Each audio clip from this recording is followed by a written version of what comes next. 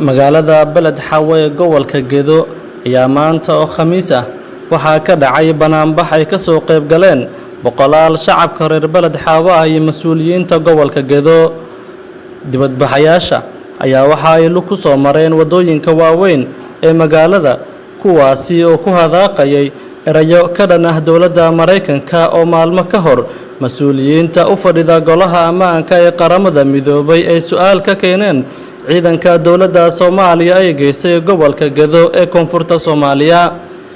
Ugu dambeyn dibadbaxayaasha oo isugu soo aruuray fagaaraha argada ee bartamaha magaalada ayaa waxaa goobta kula hadlay saraakiil ka tirsan ciidamada dowladda federaalka oo hadallo ka jeediyay goobta iyo mas'uuliyiin ka tirsan maamulka gobolka Gedo. Gudoomiye ku-xigeenka koowaad ee gobolka Gedo Cismaan Nuux Xaaji Macalimo ayaa banaanbaxa ka sheegay in dalal shisheeye ay faragelin ku hayaan arrimaha siyaasadda ee dalka Soomaaliya. dalka Soomaaliyeed xabad lagu soo rida waa markii saddexaad oo mar ciidanka shacabka Soomaaliyeed xabad lagu soo rida waxaana loogu soo dhaxriyaa Kenya gudaheeda bartankeeda loogu soo ridaa hal xabad oo ciidanka xoogga dalka Soomaaliyeed ay rideen weli maadan arag. Arrinta marka waxaad dareemi kartaan in dawlad rasmi ah oo qaran ah oo amaamiir iyo amar kala qaadanaysa ay halka idin joogto.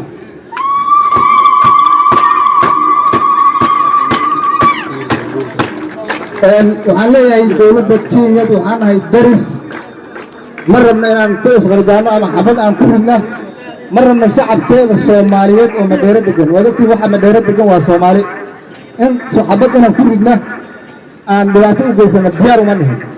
dawladdanadana nama amrin hal saacad ka mid ah Kenya xabad ha lagu rida nimanka ku dhex jiro waa niman Soomaali oo isla ognahay xabad ha lagu rido welina lama dhihin ayaga hadday xabad loogu soo rideen wax xabad lagu ridi lahayahay ayaga maahan waa dawladda Kenya oo dariska oon xurmaynayn. waxaan leeyahay barasaabka Kenya xildhibaanada Kenya waa markii saddexaad oo xabad noogu soo dhacaysa Kenya dawladdanada waan u sheegay weli amar laguma haysan xabad ku ridna qoryo cusub oo weyn. Dibadbaxan ayaa waxa uu ku soo aadayaa xilli maalmo ka hor isku duwaha siyaasadda ee Mareykanka u qaabilsan golaha ammaanka ee qaramada midoobay Rodney Hunter oo ku sheegay inay qalad ahayd ciidankii dowladda Soomaaliya ay geysay gobolka Gedo. Cabdiqafaar Habi, warbaahinta Daawa.